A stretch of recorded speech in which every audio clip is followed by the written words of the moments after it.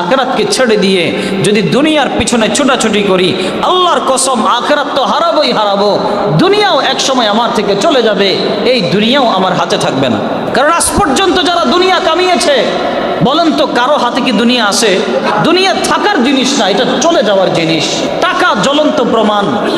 আজকে 1000 টাকার নোট যদি আপনার হাতে থাকে, কালকে এই টাকা আপনার হাতে থাকবে না, আরেকজনের হাতে চলে যাবে, এরপরে সেটা আরেকজনের হাতে চলে যাবে। এই টাকা আপনি আর খুঁজে পাবেন কিনা কোনো নিশ্চয়তা নেই।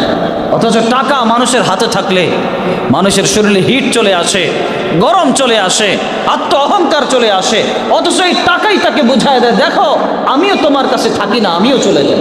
টাকা বোঝাচ্ছে এটা দুনিয়া, দুনিয়া দুনিয়া থাকার জিনিস না, দুনিয়া চলে যাওয়ার জিনিস। আপনি যাকেই মহাব্বত করবেন সেই আপনাকে ছেড়ে চলে যাবে। দাদাকে মহাব্বত করেছিলেন, আপনি দাদার মহাব্বতের পাত্র ছিলেন, দাদা চলে গেছে।